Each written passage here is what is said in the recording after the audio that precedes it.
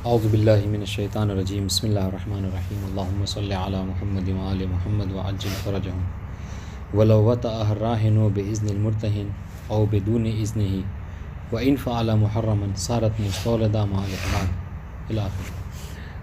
آج کی گفتگو ہماری جو ہے وہ اس حوالے سے ہے کہ کل جو ایک بات کی تھی کہ اگر کسی غلام کو مولا نے جو ہے وہ رکھا ہے بطور رہن، ٹھیک ہے، مرتہن کے پاس، تو بنا اذن مرتہن کے وہ اس غلام کو آزاد نہیں کر سکتا ہے نا۔ اور اگر آزاد کر دیتا ہے تو عین میں اور ثمن میں، ٹھیک ہے، دونوں میں جو ہے کیا ہے وہ باطل ہو جاتا ہے، یعنی بیچ دے گا اگر جو کر کے۔ آج کی ہماری گفتگو جو ہے وہ اس حوالے سے ہے کہ نہیں، جس کو بطور رہن رکھا ہے وہ غلام نہیں ہے بلکہ کنیز ہے، ٹھیک ہے۔ اگر کنیز کو جو ہے وہ بطور رہن رکھا ہے تو اب ظاہر سی بات ہے کنیز کے اوپر جو ہے مولا کا حق ہوتا ہے ہر اعتبار سے۔ ان میں سے ایک حق یہ ہے کہ اس کے ساتھ جو جمع کرنا اس کے لیے جائز ہوتا ہے، ٹھیک ہے۔ تو اگر جب رہن پہ رکھ دیا تو ہم نے کیا کہا کہ نہ مرتہن اس میں کوئی تصرف کر سکتا ہے اور نہ راہن کوئی تصرف کر سکتا ہے، اور یہ مطلب وطی ایک طرح کا تصرف ہے، بات واضح انشاءاللہ۔ تو اب اگر مولا چاہتا ہے اس کے ساتھ وطی کرے تو اس کے لیے ضروری ہے کہ وہ پہلے کیا کرے، اس سے مرتہن سے اجازت لے، مرتہن سے۔ راہن کی تو وہ ملکیت ہے ہی، اس نے اس کو رہن پہ رکھ رکھا ہے، اور چونکہ رہن کی وجہ سے مرتہن کا حق بھی اس سے متصل ہو گیا ہے، منسلک ہو گیا ہے کہ جب تک وہ قرض نہیں لوٹائے اس میں تصرف نہیں کر سکتا، جیسے بقیہ چیزیں تھیں اس طریقے سے یہ کنیز بھی ہے۔ تو اگر وہ وطی کرنا چاہتا ہے تو اس سے کیا ہے اجازت لے گا۔ اب سنیے گا، چاہے اس نے وطی کی اس کے ساتھ، اجازت کے ساتھ کی تو جائز تھا اس کی وطی کرنا، اور اگر بنا اجازت کے وطی کی تو یہ کیا ہے، حرام کام انجام دیا، بات واضح انشاءاللہ۔ کس نے؟ راہن نے۔ ابھی یہ بھی صورت آئے گی کہ راہن نے نہیں، مرتہن نے اگر وطی کی۔ ابھی ہم نے یہ فرض کیا ہے کہ جو مالک ہے، جو راہن ہے، اس نے وطی کی۔ تو یہاں پہ بتا رہے ہیں کہ اب وطی کی اور وہ کنیز جو ہے کیا ہے، یہ وہ حاملہ ہو گئی، بات واضح ہے۔ اب جب حاملہ ہو گئی تو حاملہ کے لیے یعنی کتاب الاماء وغیرہ میں یہ حکم ہے کہ حاملہ ہو جانے سے مطلب کیا ہوتا ہے کہ وہ کنیز ام ولد ہو جاتی ہے، یعنی مولا کے بچے کی ماں ہو جاتی ہے، اور ام ولد کے لیے حکم یہ ہے کہ ام ولد کو بیچا نہیں جا سکتا، ٹھیک ہے، ام ولد کو بیچا نہیں جا سکتا۔ ام ولد کا حکم کیا ہوتا ہے؟ ام ولد جو کیا ہے وہ اسی طریقے سے باقی رہے گی مولا کی ملکیت میں، جب مولا مر جائے گا، انتقال ہو جائے گا مولا کا، تو مولا کے انتقال ہوتے ہی، ٹھیک ہے، کہتے ہیں نا کہ جیسے ہی باپ کا انتقال ہوتا ہے ساری ملکیت جو کیا ہے بیٹے کے ورثے میں آ جاتی ہے، اور انہی میں سے جو کیا ہے کنیز بھی تھی ام ولد، وہ بیٹے کے حق میں آتے ہی فوراً جو کیا ہے جبراً آزاد ہو جائے گی، بات واضح ہے، کیونکہ بیٹا جو ہے کیا ہے اپنے ماں کو بطور کنیز نہیں رکھ سکتا، بات واضح ہے۔ تو وہ اس سے ام ولد ہے، اور ام ولد کا حکم یہ ہے کہ وہ آزاد ہو جائے گی، تو اس کو بیچا نہیں، اسی وقت نہیں آزاد ہوگی، بیچی نہیں جا سکتی، ہاں، مولا جب تک زندہ ہے، مولا کے زندہ ہونے کے بعد ہی چونکہ اس کی ماں ہے وہ فوراً جو کیا ہے آزاد ہو جائے گی، اس کے لیے کوئی صیغہ وغیرہ کچھ پڑھنے کی ضرورت نہیں ہے۔ تو یہ کیا ہے حکم ہے، کس کا؟ اب آپ سوال کریں کہ یہ بیچنے اور اس کی بات کہاں سے آ گئی، تو یہ بیچنے کی بات اس لیے آئی ہے کہ چونکہ مرتہن کے یہ اس نے رکھا ہے رہن، اور اگر یہ قرض نہیں لوٹائے گا تو مرتہن کیا کرتا، جس طریقے سے بقیہ مال کو جو مال رہن ہے اس کو بیچ سکتا تھا، اس طریقے سے اس کنیز کو بھی بیچ کر وہ اپنے قرض کو چکا سکتا تھا۔ اور ام ولد کے بارے میں کیا ہے کہ اس کو بیچا نہیں جا سکتا، بات واضح انشاءاللہ۔ تو جو بچہ جو پیدا ہوگا تو وہ بھی غلام پیدا ہوگا؟ نہیں، بات واضح دیکھیے۔ تو یہ جو بات ہوئی اس میں متوجہ رہیے گا کہ مرتہن کو بیچنا تھا، مرتہن جو بیچ نہیں سکتا چونکہ ام ولد ہے، چونکہ وہاں پہ کتاب العلماء اس بات کو ذکر کر چکے ہیں۔ یہ مصنف یہاں پر ذکر کر رہے ہیں کہ لیکن کتاب الرہن اس باب میں ہم کہیں گے کہ اب یہاں پہ اختلاف ہے، 4 اقوال ہیں، 4 اقوال یاد رکھیے گا۔ پہلا قول جو مصنف نے اختیار کیا، کہا کہ یہاں پر گرچہ ام ولد کے حوالے سے یہ کہ ام ولد کو بیچا نہیں جا سکتا اور وہ جبراً اپنے بیٹے کے حق سے آزاد ہو جائے گی، لیکن یہاں پر جو ہے کیا ہے اس ام ولد کو بیچا جا سکتا ہے رہن کے باب میں۔ کہا کیوں؟ کہا اس لیے کہ دیکھیے وہ ام ولد بعد میں ہوئی ہے اور رہن کے طور پر پہلے رکھی گئی تھی، تو مرتہن کا حق اس سے پہلے کیا ہوا ہے، متصل ہوا ہے، مربوط ہوا ہے، بات واضح یہاں پر۔ تو اس وجہ سے مرتہن چاہے تو اس کو بیچ سکتا ہے اگر مالک قرض نہ لوٹائے۔ بات واضح ہے انشاءاللہ. یہاں پہ تو معاملہ بدل گیا نا پھر کیسے بدل گیا؟ ولد جب ہو گئی ہاں تو بات صحیح ہے، بدل گیا، لیکن پہلے تو رہن پہ رکھا تھا نا اس کو، تو پہلے اس کا حق تھا. ولد کا حق پہلے، یعنی پہلے وہ ولد نہیں تھی، جب رہن پہ رکھا تھا تو وہ نارمل ایک کنیز تھی. رہن کی حالت میں جب تھی تب اس سے جو کیا ہے وتی ہوئی اور جو ہے وہ حاملہ ہوئی، تو اس کا حق جو کیا ہے پہلے مربوط ہوا ہے. اور ہم نے کہا تھا اس سے پہلے بھی بات، کئی جگہوں پہ یہ بات گزری ہے کہ جیسا کہ اس سے پہلے بھی گزرا تھا کہ جب مال رہن کو بیچے گا تو مرتہن جو کیا ہے سب سے پہلے اس میں سے جو پیسہ ہوگا اس سے اپنا قرض لے لے گا. کہا کیوں؟ کہا اس لیے کہ اس کا حق اس مال سے ڈائریکٹ جو متصل ہے، مربوط ہے، اور پہلے اس کا حق ہے. تو چنانچہ بقیہ غرما کی طرح اس کو جو کیا مقدم کیا جائے گا. یہاں پر وہی حال ہے کہ چونکہ اس کا حق پہلے اس سے مربوط ہے لہٰذا اس کو مقدم کیا جائے گا اور اس کو بیچا جا سکتا ہے. یہ ایک قول ہے، البتہ یہ ایک قول ہے. ابھی سنیے، ابھی 3 اقوال ہیں، ابھی اس کے مقابلے میں 3 اقوال ہیں. تو یہ تو ایک قول ہو گیا کیا مصنف جس کو ذکر کیا کہ ہاں بیچ کر کے اپنا پیسہ لے لیں. ہاں مربوط، ہاں مرتہن، گرچہ یہ قول ہے مشہور ہے کہ ولد کو بیچا نہیں جاتا، مگر یہاں پر چونکہ اس سے رہن وہ پہلے تھی، رہن ہونے کا حق متصل پہلے، جی متصل پہلے، ولد ہونے سے پہلے، لہٰذا اس کو بیچا جا سکتا ہے. یہ ایک قول ہے. دوسرا قول اس کے مقابلے میں بعض علماء نے کہا کہ دیکھیے وہ جو کہا گیا تھا کہ ولد کو بیچا نہیں جا سکتا، سنیے گا، ولد کو بیچا نہیں سکتا، وہ قول حدیث اس حوالے سے مطلق ہے. حدیث مطلق ہے کہ ولد کو بیچا نہیں جا سکتا. اور یہ مطلق ہونے کا مطلب کیا ہے؟ یعنی یہ تمام جگہوں کو شامل ہے، چاہے رہن ہو یا رہن کی صورت میں نہ ہو. اب یہ رہن ہے تو بھی اس کو بیچا نہیں جا سکتا، نہیں رہن نہ ہو تو بھی بیچا نہیں جا سکتا تھا. یہ دوسرا قول. بات واضح؟ دیکھیے ابھی آپ کی بات کی تائید ہو گئی. اب یہ بات شاید ہضم ہو جائے گی آپ لوگوں کو، ہے نا. اب سنیے، اب تیسرا قول بعض لوگوں نے تفصیل کے خیال، تفصیل سمجھتے ہیں؟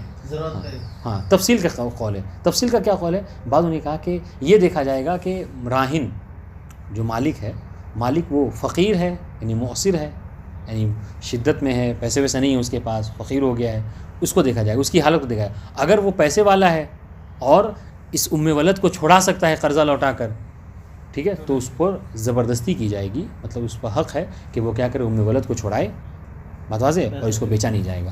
لیکن اگر دیکھا جائے کہ نہیں وہ بیچارہ پیسہ نہیں دے سکتا قرض کا، فقیر ہے، غریب ہو گیا، ٹھیک ہے، تو اس صورت میں کیا ہے اس کو بیچا جا سکتا ہے. تو یہ ایک تفصیل بعض علماء نے بیان کی. چوتھا قول جو یعنی چوتھی تفصیل مصنف نے اپنی بعض کتابوں میں ذکر کی ہے وہ یہ کہ دیکھا جائے گا کہ مرتہن نے جس کو مصنف نے ذکر کیا وہ کیا فرما رہے ہیں بعض کتابوں میں کہ دیکھا جائے گا کہ وہ جو راہن نے جو اس کے ساتھ ودی کی ہے نا، یہ مرتہن کی اجازت سے کی ہے یا بدون اجازت. ٹھیک ہے، تو اگر اس نے اجازت کے ساتھ کی ہے تو بیچنا جائز ہے، چونکہ یہ راضی تھا تو اس کو بیچنا جائز ہے. اور اگر بدون اجازت کی ہے تو پھر بیچا نہیں جائے گا. بتا دیں چوتھے کے 2 ہیں.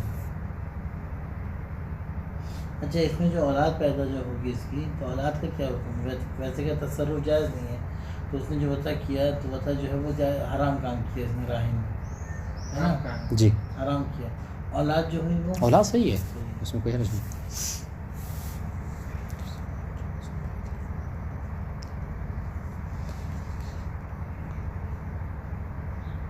ٹھیک ہے، واضح انشاءاللہ. یہ چوتھا قول کہ اگر مرتہن کی اجازت سے اس نے وطی کی ہے تو بیچا جا سکتا ہے، اور بدون اجازت اگر کی تو بیچا نہیں جا سکتا. یہ 4 اقوال ہیں جو اس مسئلے میں تھے.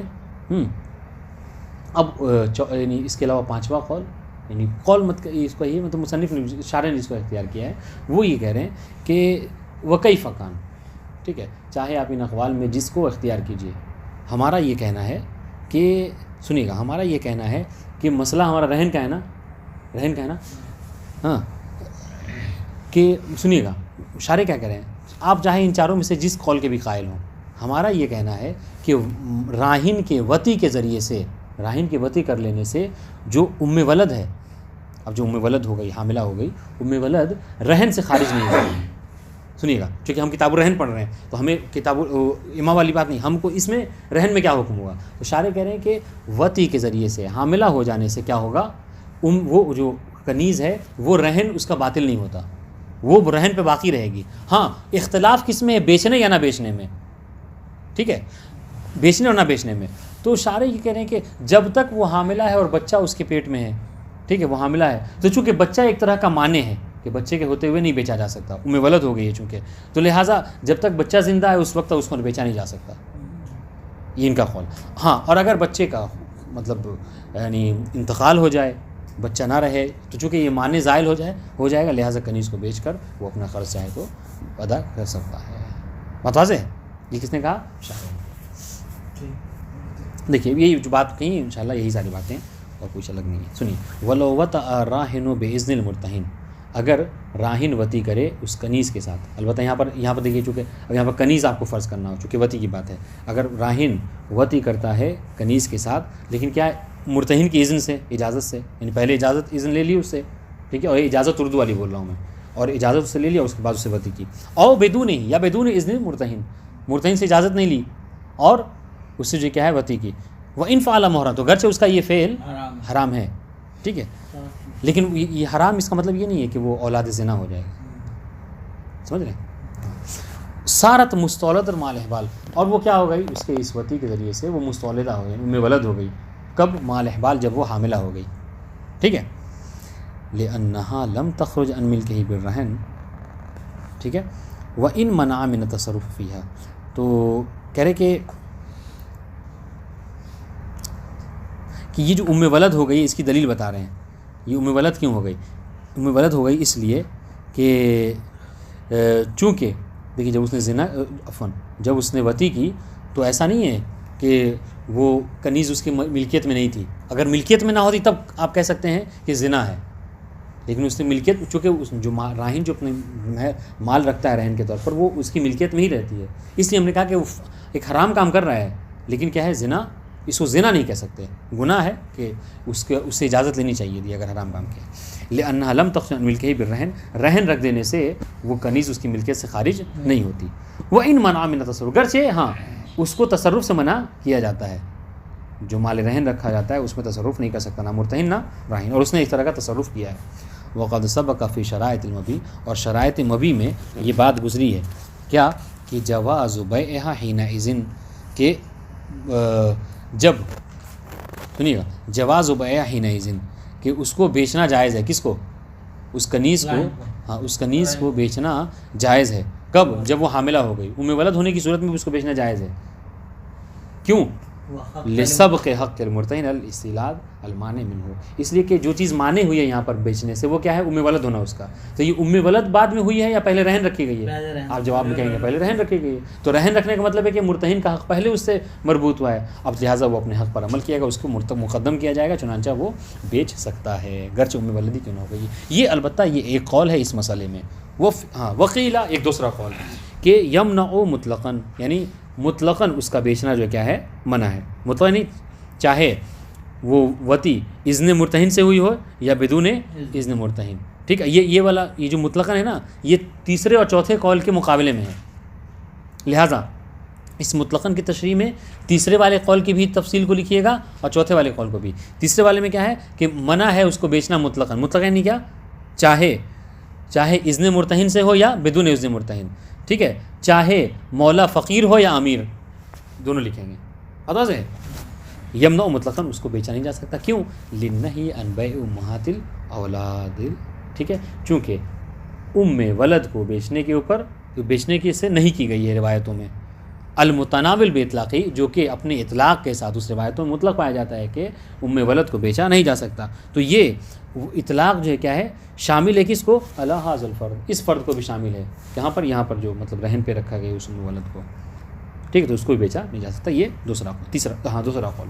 وفصل ثالث، ایک تیسری تفصیل ہے، ٹھیک ہے، وہ کیا کہ بے ایثار راہن فتباہ، دیکھا جائے گا کہ راہن موسر ہے یا موسر، دیکھیے اگر عین کے ساتھ پڑھیں گے تو موسر یعنی پریشان حال، فقیر غریب، اور اگر واو کے ساتھ پڑھیں گے موسر یعنی حالت یسر میں، آسانی میں، یعنی پیسے والا ہے، تو یہ دیکھا جائے گا فصل بے ایثار راہن، دیکھا جائے گا کہ راہن اگر موسر ہے، اگر پریشان حال ہے، غریب ہے، فقیر ہے، تو کیا فتباہ، تو بھائی وہ قرضہ نہیں لوٹا سکتا، لہٰذا مرتہن کیا کرے گا؟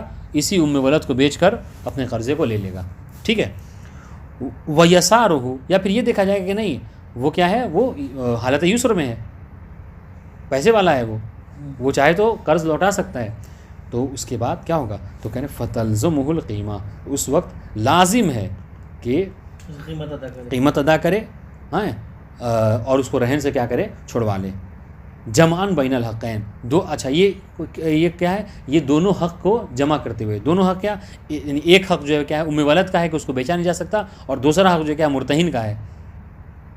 ٹھیک ہے، کہ مرتہن جو قرض دیا ہے اس کے لیے کوئی چیز رہن پہ چاہیے.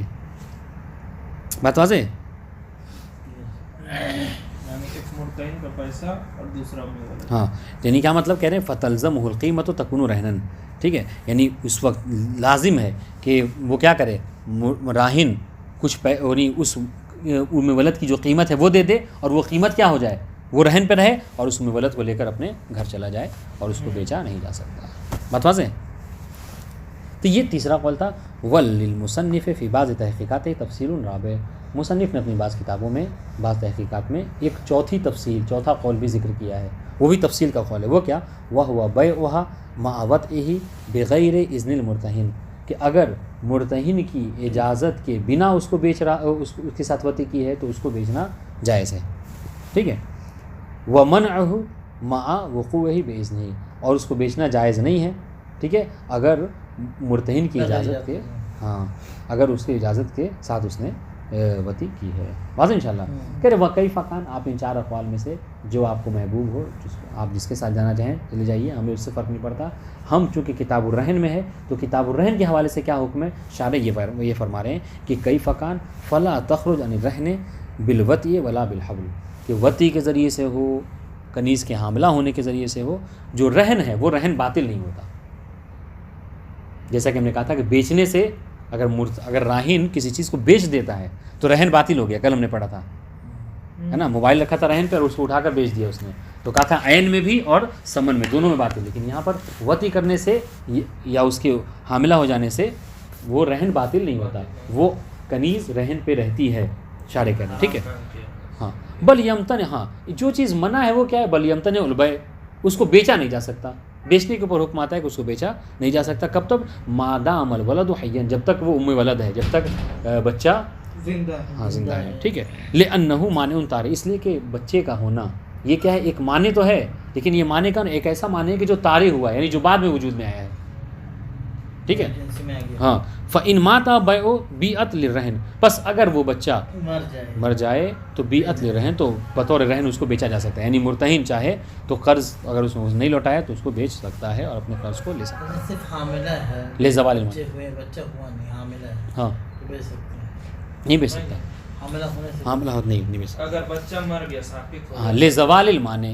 اچھا، یہ کیوں بات مطلب اس کا بیچنا جائز ہوگا؟ کہ جب بچہ مر جائے تو جو معنی تھا وہ ختم ہو جائے. پہلے کی طرح ہو جائے. میں نے بچہ ڈیلیوری کا معاملہ نہیں ہے، بچہ پیٹ میں رک گیا، ہاں بس حاملہ ہوگا. جی، احبال ہوئی تو کیا اسی بات ہے، احبال کہتے ہیں حاملہ ہونے کو. ہاں ہاں، احبال حاملہ ہونے کو ہی کہتے ہیں. بات واضح انشاءاللہ. تو یہ چار اقوال ہیں، اس کو ذرا سا توجہ کیجیے تو انشاءاللہ یاد ہو جائے گا، بہت آسان ہے.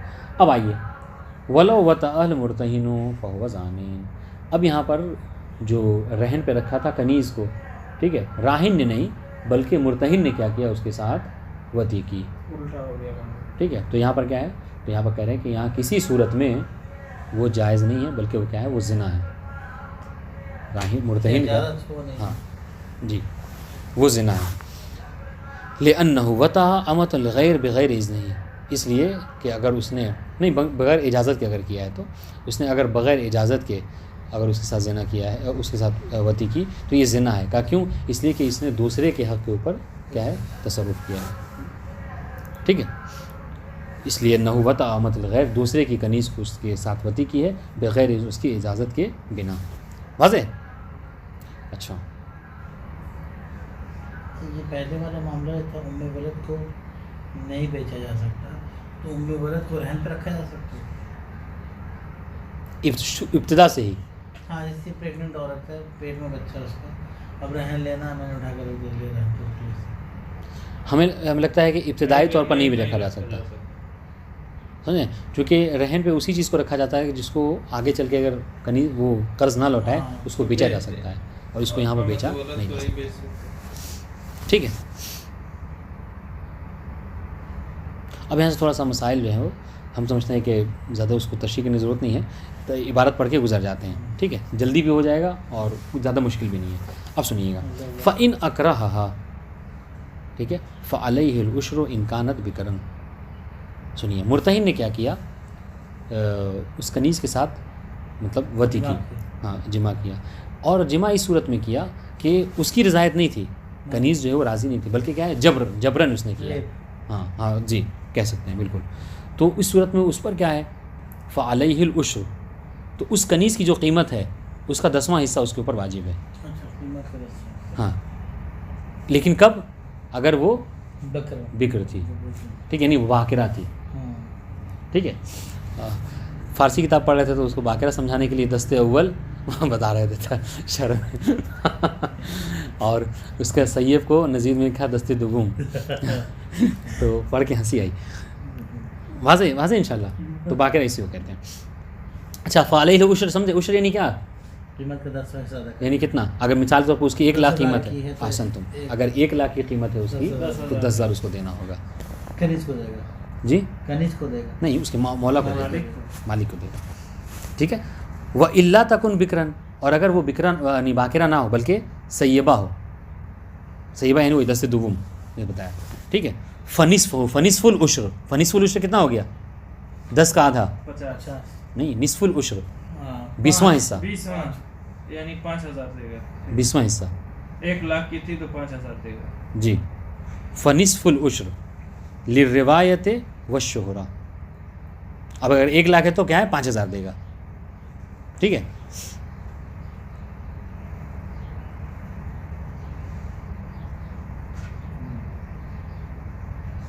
نصف عشر قیمتها، ٹھیک ہے. یہ کیوں کہہ رہے ہیں، اس میں اس کے حوالے سے روایت بھی وارد ہوئی ہے اور جو کیا ہے شہرت فتوائیہ بھی علماء کے درمیان میں ہے، یعنی علماء کے درمیان مشہور ہے کہ اگر کوئی ایسا کرتا ہے تو نصف عشر جو اس کو دیا جاتا ہے. تو اس پہ پھر زنا کا جو حد وغیرہ یہ سب ملے گا. زنا کے حد کے لیے دیکھیے اس کے لیے پھر وہ ہے نا، یعنی زنا کوئی کرتے ہوئے دیکھے، ثابت ہو، یہ ساری چیزیں وہ الگ ہے، وہ سب مسائل یہ الگ الگ اس کو جی فائن بھرے گا. جی.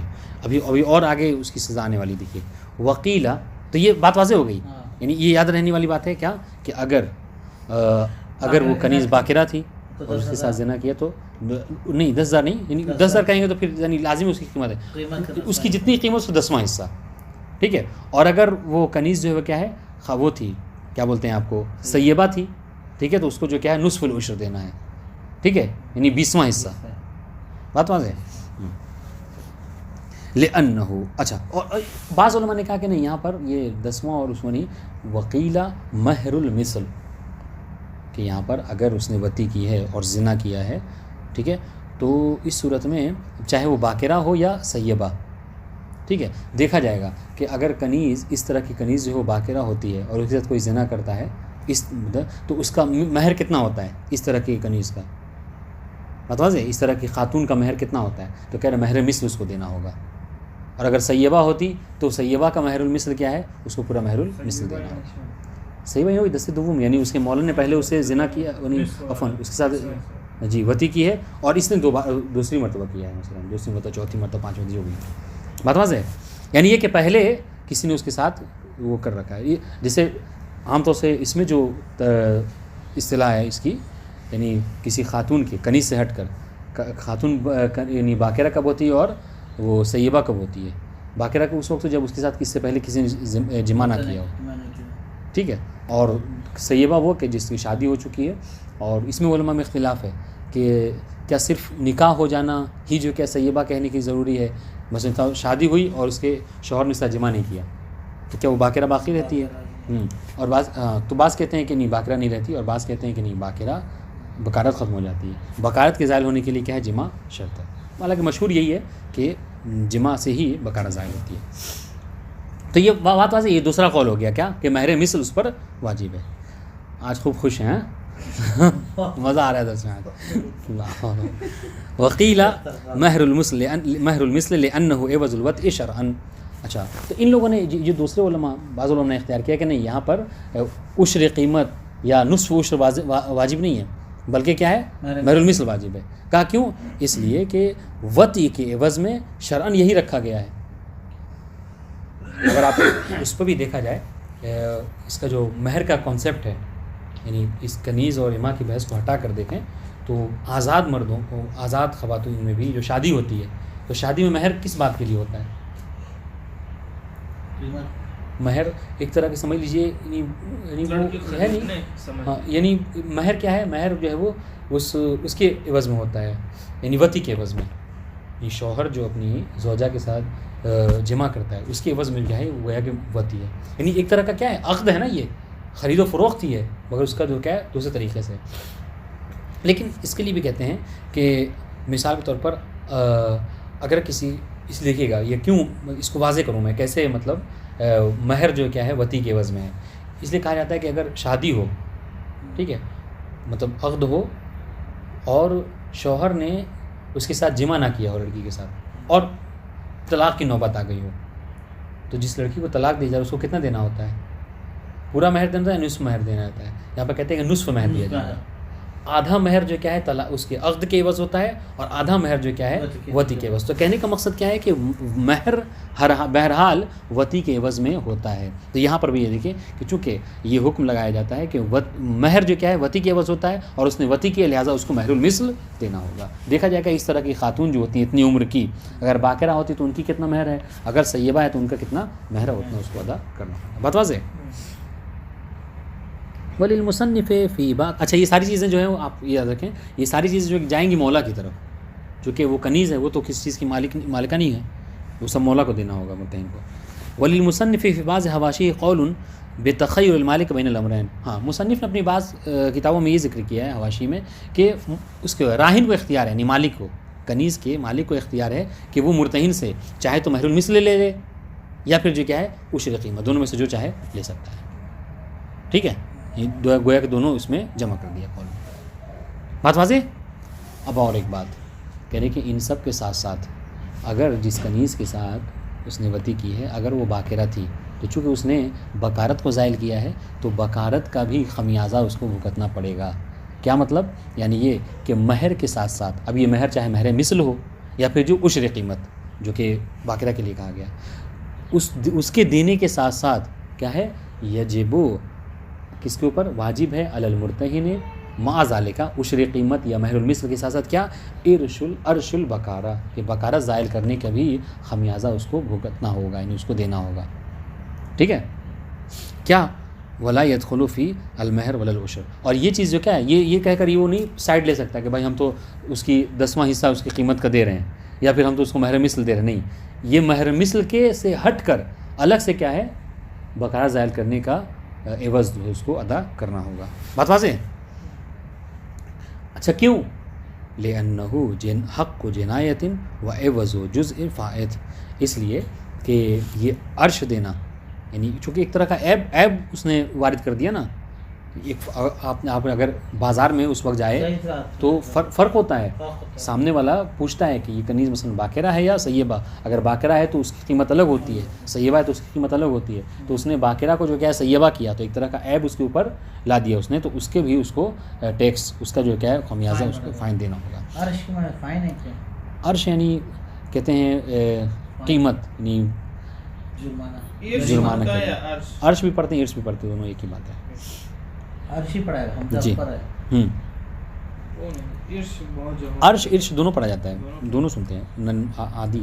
ولا يدخل في المہر ولا العشر، اور یہ چیز جو کیا ہے یہ عرش، یعنی یہ جو قیمت ہے نا، یہ مہر مثل میں یا 10ویں حصے میں داخل نہیں ہوگا، یعنی وہ یہ نہیں کہے گا کہ میں تو 10ویں حصہ اس کا دے رہا ہوں قیمت کا، نہیں، اس سے ہٹ کر وہ دینا ہے، اس کے علاوہ بکارت کے عوض میں یہ بھی دینا ہوگا۔ کیوں؟ لأنه حق و جنایت، اس لیے کہ ایک طرح کا جو اس نے جنایت، ایک طرح کا ظلم کیا اس کے حق میں ہے نا، ایک طرح کی مثلا اس نے زبردستی کی ہے، ٹھیک ہے، تو اس کے عوض میں یہ کیا ہے اس کو عرش دینا ہے۔ وعوض جزء فائت، اور وہ جو جز اس کا فوت ہوا ہے، کیا اس کی جو بکارت زائل ہوئی اس کا بدلہ دینا ہے۔ والمہر علی التقدیرین عوض الوتی متوتی، اچھا، اور مہر جو ہے ٹھیک ہے دونوں صورتوں میں مہر دونوں اللہ تقدیر کون بکرن اور سیبہ، چاہے وہ باقرہ ہو یا سیبہ، دونوں صورت میں کیا ہے یہ مہر کس کے بدلے میں ہے؟ وتی کے بدلے میں ہے۔ بات واضح؟ یعنی دو چیزیں جو واجب ہو رہی ہے، یہ کوئی کہ اس کا وہ دے رہے ہیں، دیکھیے اس کا جواب دے رہے ہیں کہ بھائی جب کنیز کے وتی کے بدلے میں آپ اس مہر وہ دے رہا ہے تو پھر وہ عرش کیوں دے؟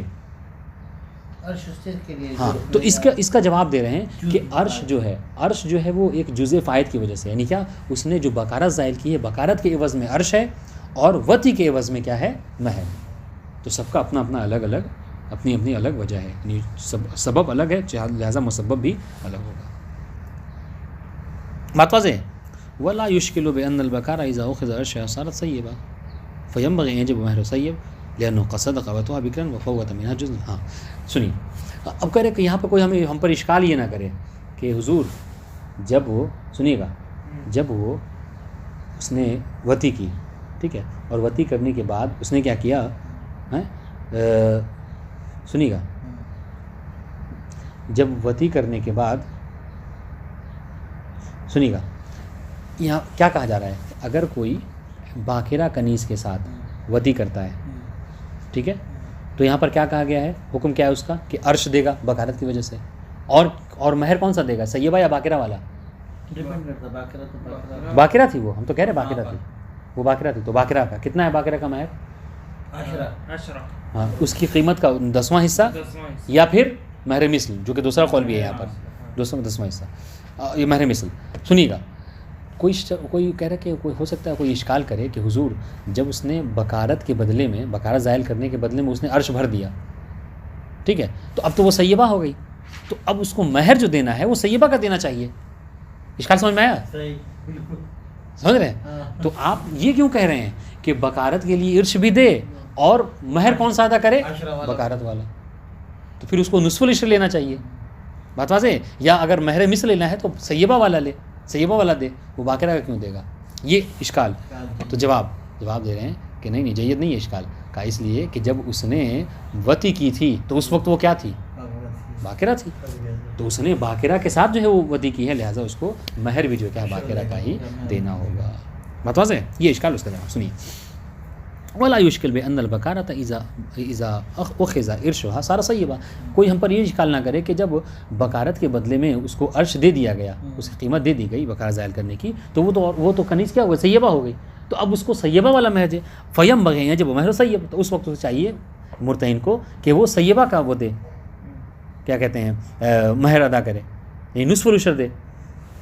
تو کیا کہہ رہے ہیں، جواب دے رہے ہیں لأنہ، یہ اب یہاں سے جواب اشارے کا، لأنہ قد صدق وطئها بکرا، ہم کہہ رہے ہیں کہ نہیں، آپ یہ دیکھیے کہ جب اس نے وتی کی تھی تو اس وقت کیا تھی، وہ تو اس وقت صادق کیا تھا اس کے اوپر کہ وہ باقرہ تھی، ٹھیک ہے، وفوت منہا جزءا، اور وہ باقرہ تھی اور اس نے بکارت کو زائل کیا تھا، بکارت کے جز کو جو کیا اس نے زائل کیا تھا، فوت کیا تھا، فیجب عوض کل منہم، تو اس وقت وہ چاہیے کہ دونوں کے بدلے میں ادا کرے، کیا یعنی کیا مطلب، یعنی بکارت کے زائل کرنے کا بھی عرش بھرے، اور جو کیا اس کو وتی جو کی اس میں اس کے عوض میں مہر دے، ٹھیک ہے، لأن احدهما عوض جز والآخر عوض منفعہ، اس لیے کہ ان میں سے ایک جو ہے کیا ہے جز کے فوت کرنے کی وجہ سے، اور جز کے فوت کرنے کی وجہ سے کیا واجب ہے؟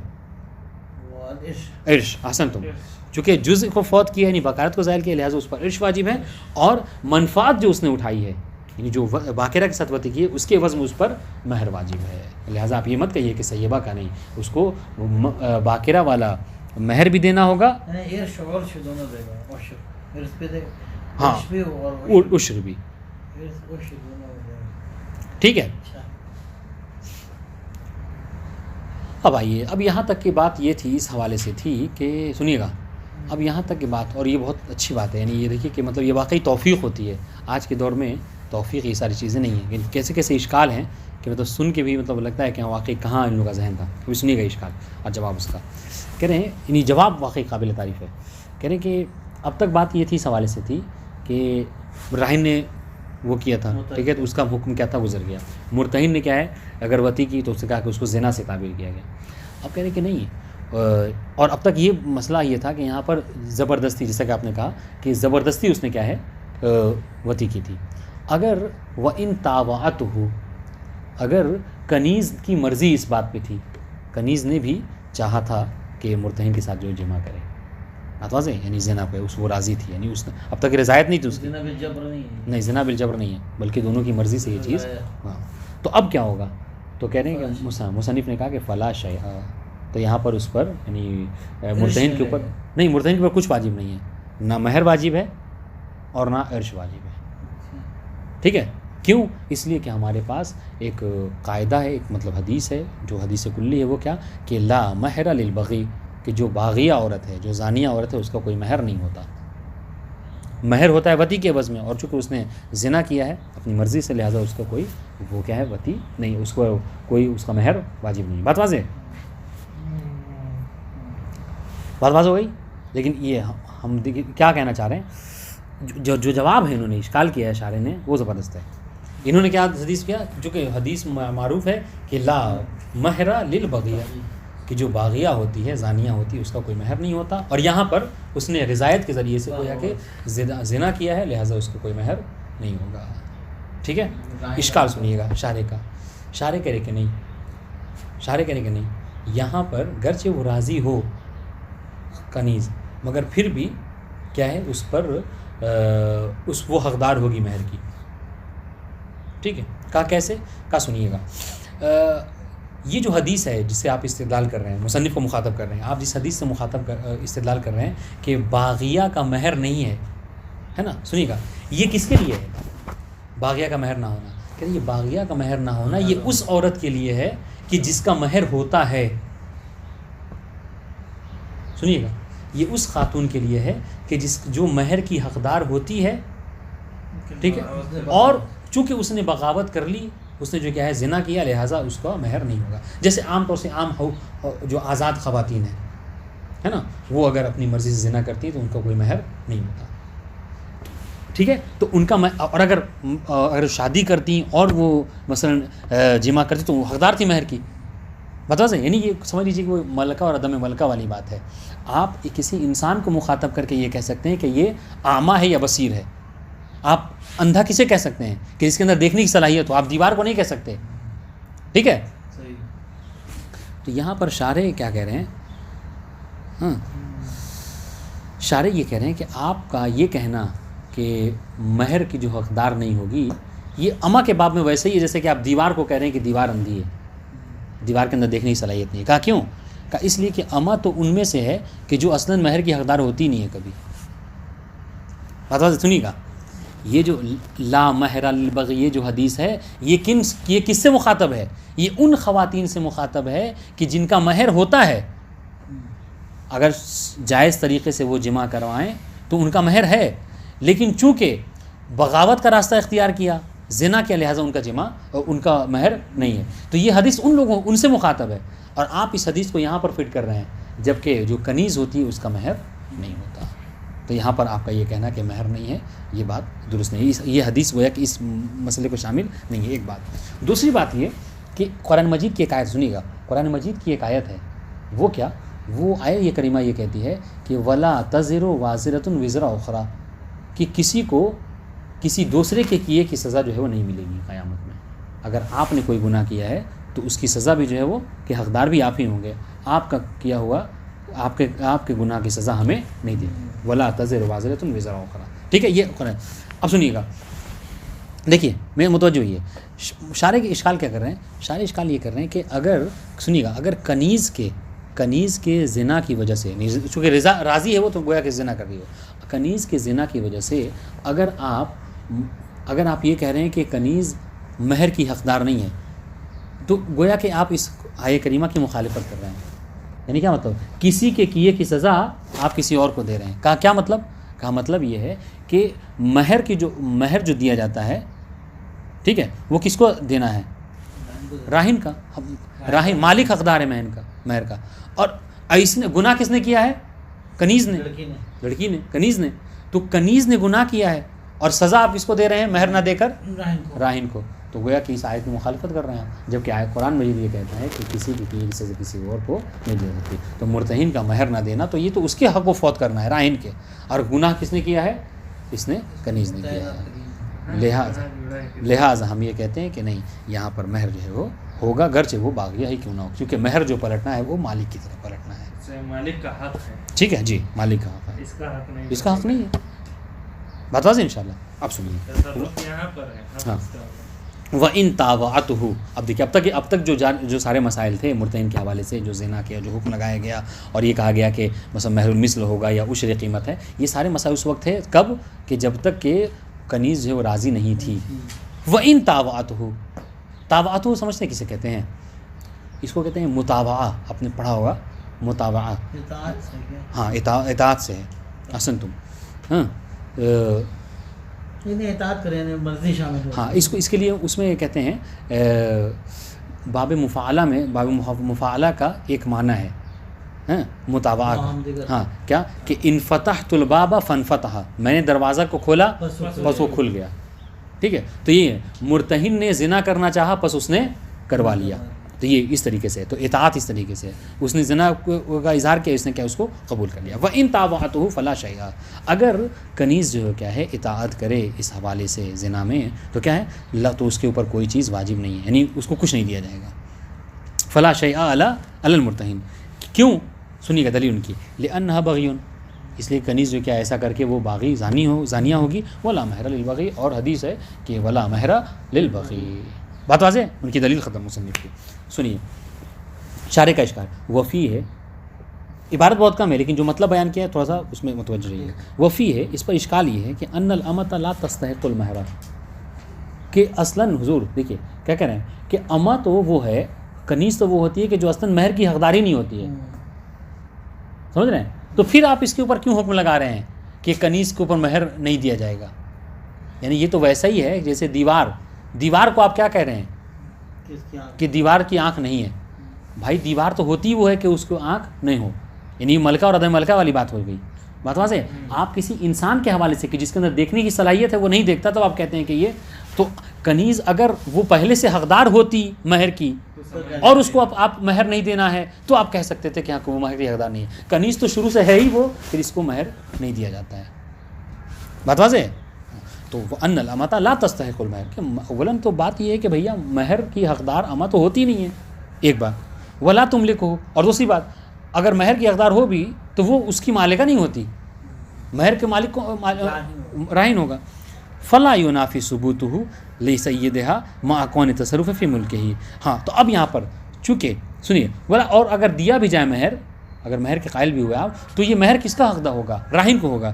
بس کوئی منافات نہیں ہے اس چیز میں کہ اس بات کے قائل ہوں کہ مرتہن اگر کیا کہتے ہیں زنا کر رہا ہے اور وہ اس کی اطاعت کر رہی ہے، رضایت ہے، راضی ہے، تو اس پر ہم کوئی منافات نہیں ہے کہ ہم یہاں پہ اس بات کے قائل ہو جائیں کہ مہر واجب ہے اور وہ مہر دیا جائے گا کس کو؟ سید کو، آقا کو، اس کے مولا کو. فلا ینافی ثبوت المہر لسیدہا، کہ مہر تو ثابت ہے لیکن کس کے لیے ہے؟ سید اما کے لیے. کیوں؟ مع کون تصرف ملک، اس لیے کہ یہاں پر جو اس نے تصرف کیا ہے زنا کے ذریعے سے مرتہن نے، کس میں کیا ہے؟ مرتہن راہن کے ملک میں، راہن کی ملکیت میں تصرف کی ہے، جو ایک کنیز اس کی ملکیت تھی، اور تصرف کیسا تھا؟ بغیر اذن، اس کے اذن کے بنا ہے. واضح انشاءاللہ. ولا تزر وازرۃ وزر اخری، اس دیکھیے یہ کہہ دیا انہوں نے کہ، اور قرآن مجید کی آیت ہے کہ ایک کسی کے کیے کی سزا کسی غیر کو نہیں ملتی، اور اس نے یہاں پر زنا کر کے خود گناہ کیا ہے تو اس کی سزا جو کیا ہے اس کو کیا کہتے ہیں مولا کو نہیں دیا جائے گا، کہ اس کو بھی حق سے اور مہر سے محروم رکھا جائے.